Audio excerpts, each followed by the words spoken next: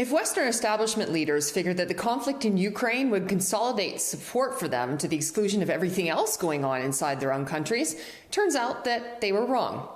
Even worse, it's starting to look like their handling of the situation in Ukraine is exacerbating their own troubles at home, and their own people are knocking them down like bowling pins, which hasn't gone unnoticed by former Russian President Dmitry Medvedev in his online trolling.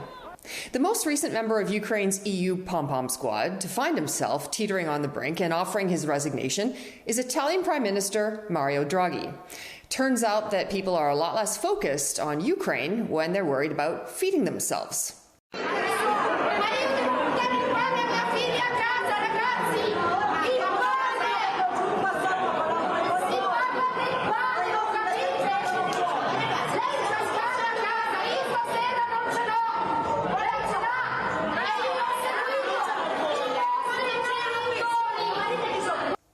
Draghi relied on his coalition with the populists of the Five-Star Movement to stay in power, who have been slamming him for his Ukraine policies. At the Five-Star Movement, we are absolutely opposed to a military escalation, because it would mean further suffering and carnage. So we are opposed to ever more lethal weapons. It is not a question of the type of armament, but of the political direction, if it is that of defending oneself or of counterattacking. To be clear, we are opposed to it being ever more lethal, ever heavier. We don't want to send tanks.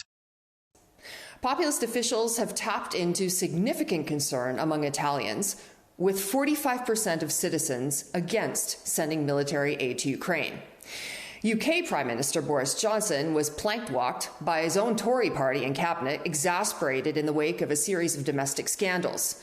French President Emmanuel Macron lost his absolute majority in Parliament last month to the benefit of opposition populists who have wasted no time in blocking his legislative agenda, raising the prospects of a lame duck presidency just 3 months into his new 5-year term. At least Macron was able to bask in the admiration of his fans during the recent Bastille Day celebrations.